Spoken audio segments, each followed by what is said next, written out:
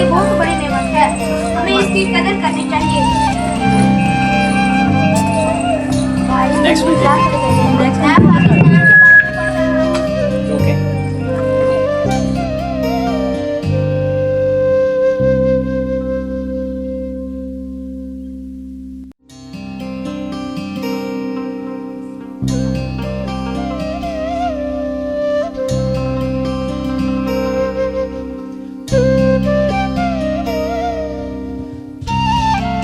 आग रोशन थी कि गुलशन को निखारेंगे हम, आगोशे दी थी कि असीरे सितम न होंगे हम, अहद शाही था कि अखुव्वत से रहेंगे हम।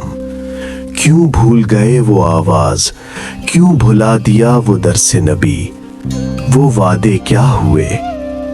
हो कर्ज मिट्टी का फर्ज तुम्हारा, फिक्रे चमन हो ईमान तुम्हारा।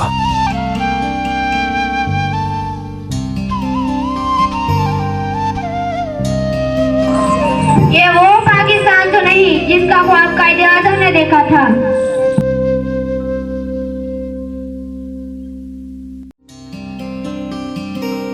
दादा जान, दादी जान, आपने तो बताया था कि पाकिस्तान बहुत खूबसूरत है, यहाँ के लोग मिलजुल कर रहते हैं और मोहब्बत से रहते हैं। हमने तो उसको बहुत मुख्तलिफ पाया। क्या हमने पाकिस्तान बिना किसी मेहनत के हासिल किए हैं? नहीं बच्चों, ऐसा बिल्कुल नहीं। पाकिस्तान बनाने के लिए हमारे बुजुर्गों ने बहुत मेहनत की। हाँ बच्चों, मैं तुम्हें बताती हूँ कि किस तरह से हमारे बुजुर्गों ने दिन रात मेहनत करके इस मुल्क को हासिल किया, जिसकी बुनियाद में लाखों मुसलमानों का खून शामिल है। आओ बच्चों, मैं तुम्हें पाकिस्तान की कहानी सुनाती हूँ।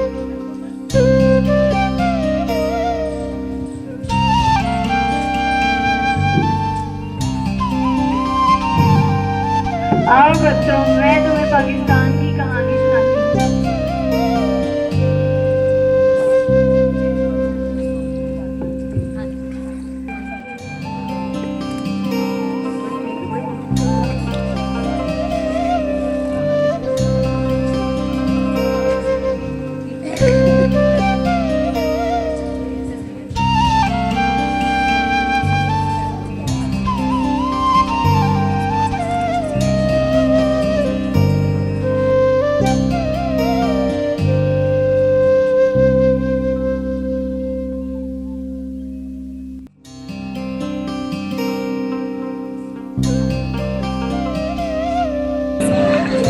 मुसलमान तालीम में बहुत पीछे रह गए हैं, इसलिए मैं मुसलमानों के लिए एक मदरसा बनाना चाहता हूँ जहाँ वो मजहबी और अंग्रेजी तालीम हासिल करेंगे।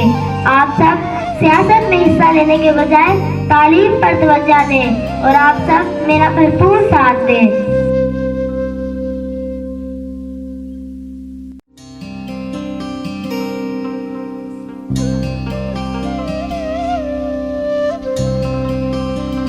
सर सैयद अहमद खान जानते थे कि तालीम हासिल किए बगैर मुसलमान कभी भी इस पस्ती यानी मायूसी की दलदल से बाहर नहीं निकल सकते। उन्होंने महसूस किया कि उन्हें अपने मुसलमान साथियों के लिए कुछ करना है। ये पैसे तुम मदरसा बनाने के लिए नाकाफी हैं। मेरी प्यारी बहनों, आप सबसे मेरी गुजारिश है कि औरत जब आटा खरीदे तो उसमें से रोजाना एक मुट्ठी आटा अलहदा कर दे। महीना पूरा होने पर सर सैयद अहमद खुद हर दरवाजे पर जाकर आटा इकट्ठा करेंगे। सर सैयद ने हर दरवाजे पर जाकर खुद आटा इकट्ठा किया।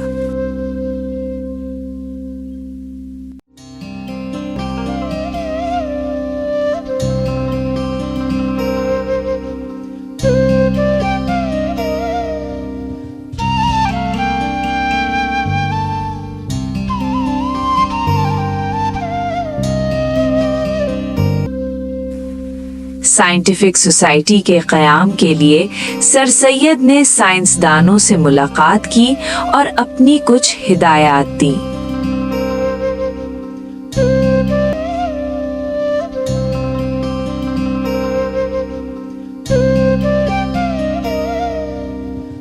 मगरिब में होने वाले सियासी जायदाद के बारे में मालूमात इकट्ठी करें और उसका उर्दू में तर्जमा करके हिंदुस्तान के हर घर तक पहुंचाएं ताकि वो सियासी उलूम में तरक्की हासिल कर सके।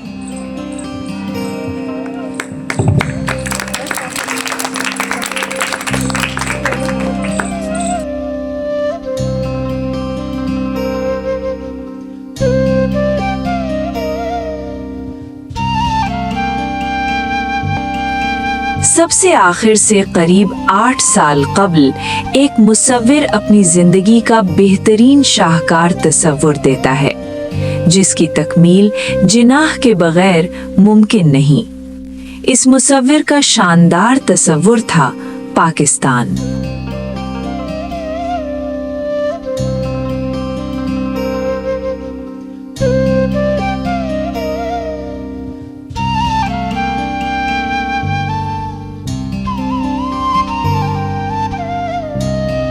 मैं आपकी मसरूफियात से बखूबी आगाह हूँ, लेकिन समझता हूँ कि हिंदुस्तान में सिर्फ आप ही की जात ऐसी है जिससे कौम को ये तवक्कुआत वाबिस्ता करने का हक हासिल है कि मुस्तकबिल में जो सैलाब आने का खदशा है उस वक्त सिर्फ आप मिल्लत की रहनुमाई कर सकते हैं।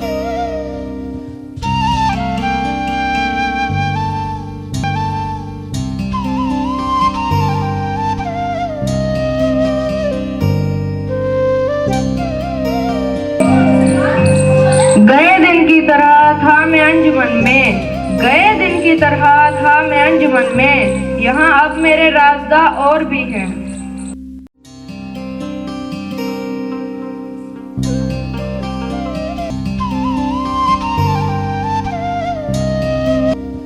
सियाको में और all India Mohammad Ali education conference का 20वां इजलास नवाब वकार मुल्क की सरबराही में हुआ और 1906 में मुस्लिम लीग का क़याम अमल में आया। 1910 की दहाई बरे सगीर के मुसलमानों के लिए कोई खास अच्छी न थी, लेकिन इस दहाई में मुसलमानों को एक ऐसा सिपाही मिल गया जिसने दुनिया का नक्शा बदल कर रख दिया। 1913 में कायदे आज़म ने मुस्लिम लीग में शमूलियत इख्तियार की और 1916 में उनको मुस्लिम लीग का सदर मुंतखब किया। 30 दिसंबर 1930 को इलाहाबाद में जलसा आम मुनक्किद हुआ जिसकी सदारत अल्लामा मोहम्मद इकबाल ने की। इस जलसे में जो खुतबा पेश किया वो तारीखी नुक्ताए नज़र से संग मील का दर्जा रखता है। मैं चाहता हूँ कि पंजाब, शुमाल मगरबी, सरहदी सूबा, सिंध, बलोचिस्तान मिलाकर एक रियासत की शक्ल दी जाए। हिंदुस्तान को इसी से हकीकी अमन और सलामती मिल जाएगी।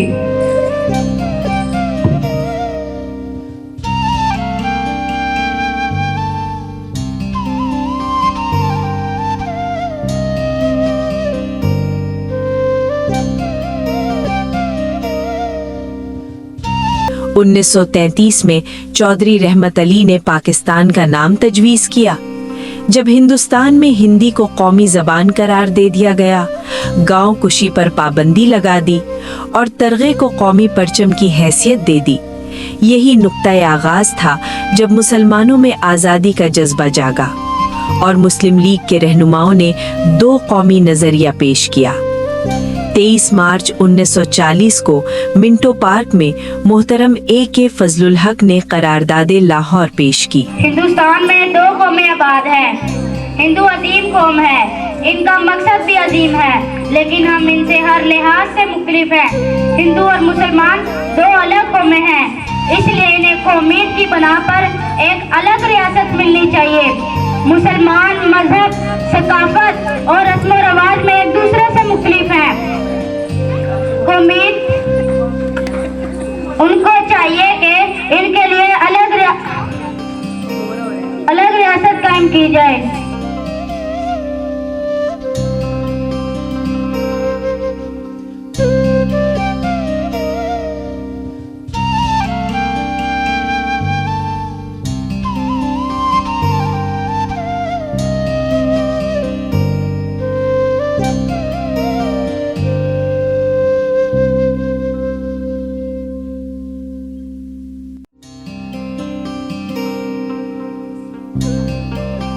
आखिरकार मुसलमानों को अपनी मंजिल मिल गई और आजादी का ऐलान हो गया।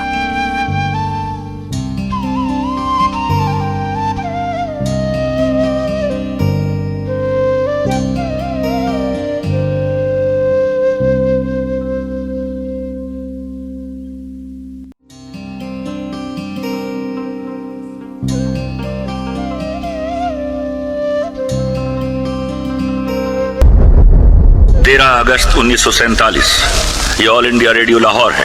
आप हमारे अगले ऐलान का इंतजार कीजिए। 14 अगस्त 1947 ये रेडियो पाकिस्तान लाहौर है। आपको पाकिस्तान मुबारक। आप आजाद हैं, आजाद रहें। आप लोग इस मुल्क पाकिस्तान में अपनी अपने इबादतगाहों, मस्जिदों या मंदिरों में जाने के लिए आपका मजहब क्या है, जात क्या है, कौम क्या है, इसका हुकूमत के मामलात से कोई ताल्लुक नहीं।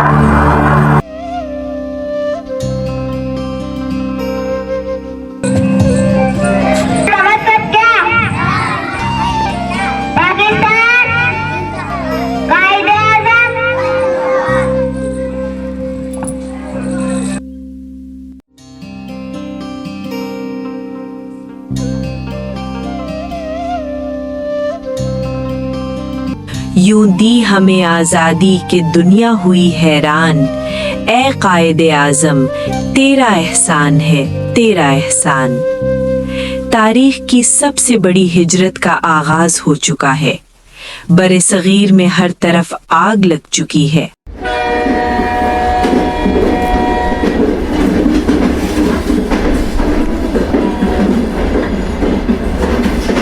फसादात अपने उरूज पर, गली मोहल्लों में लाशों के अंबार लग चुके हैं, लेकिन जज्बा-ए आज़ादी से सरशार मुसलमानों का काफिला सजदा-ए शुक्र अदा करने के लिए रवां दवां है।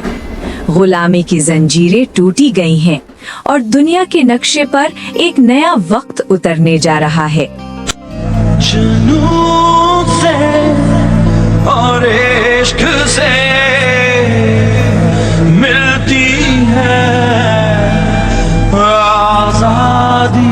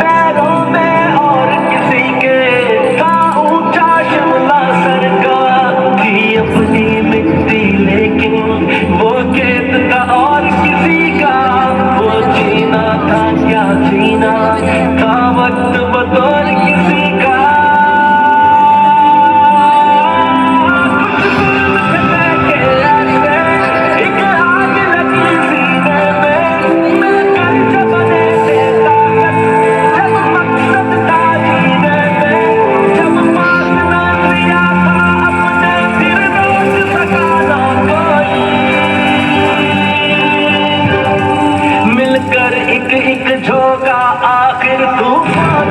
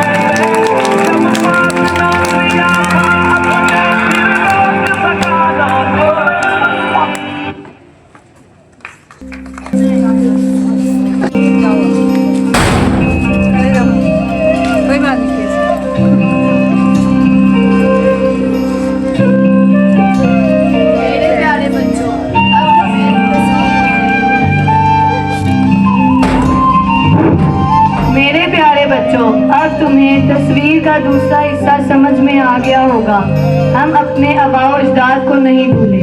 हम अपने नौजवानों को बताना चाहते हैं कि हम उन्हें नहीं भूले, बल्कि हम उन्हें अपने दिलों में जिंदा रखे हुए हैं।